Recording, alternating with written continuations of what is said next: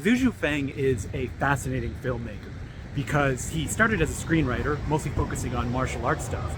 And when he moved into directing, he also directed martial arts cinema, but he does it as someone who has clearly been thinking about it a lot, that none of his films have that kind of, straight ahead vibe. There's always something interesting going on about them. Probably the most famous film that he wrote was The Grandmaster for Wong Kar-wai, and like his mainland Chinese martial arts films, again, have been weird, almost deconstructions of the material. For example, you got his debut, which is The Sword Identity. And what that one is a very dry comedy that is seemingly looking at a martial arts film if it was realistic. So you have the posing, you have people that have their own style, but what would it look like if they actually fought? Well, it would probably be pretty funny, and that's what that movie is. And it seemed that that's the way that he was going to continue down, kind of like using martial arts films tropes, but then looking at them and going, all right, but if we looked at them from just a slightly different perspective, what would that be? The thing about his films, though, is that as a mainland filmmaker, a lot of them are not available.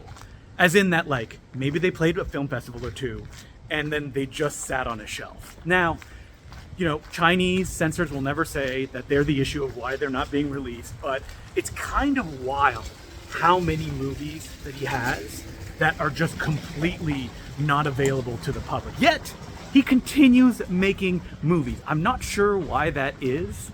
Like, what juice does he have that he can just kind of keep grinding them out with the possibility that maybe they will be put on a shelf and then never seen again? Well, 100 Yards, his new one, has been released. I just saw it at the Toronto International Film Festival. And while I said that earlier on, he seemed to be using the kind of structures of martial arts to tell his stories, lately he's just been doing full-on martial arts films, but without kind of, the plot motivations that you would expect. Almost like an existential take on these types of movies. And 100 Yards, the plot is about a Grandmaster dies in the 20s, I believe. And then who will take over for him will be between his son, played by Jackie Hung, or his student, played by Andy On.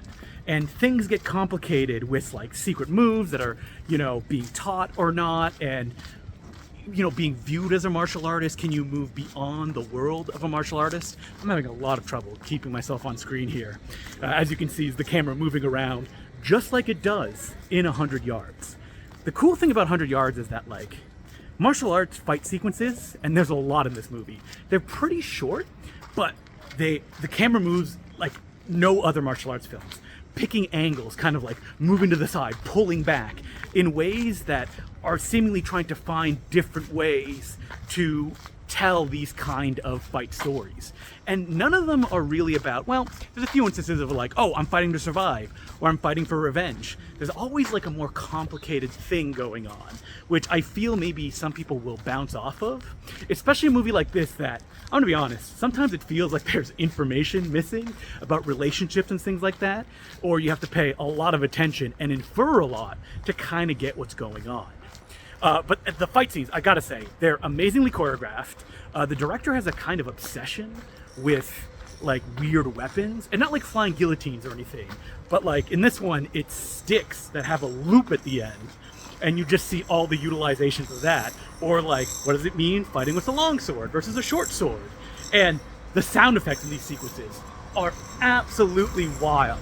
Like, I don't think I've heard louder sound effects in fight scenes, like just the whooshes, the crunches, and the punches, since like an Isaac Florentine film. Look up who that is if you're a martial arts cinema fan, and you need to experience this. I guess probably the closest approximation is Power Rangers, which Isaac Florentine also worked on.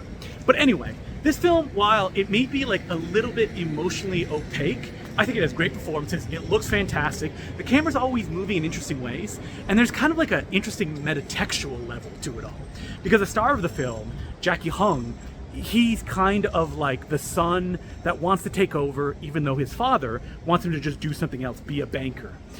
It's interesting because Jackie Hung is the son of the very famous Charles Hung, who, look at him up on Wikipedia, is what I'll say.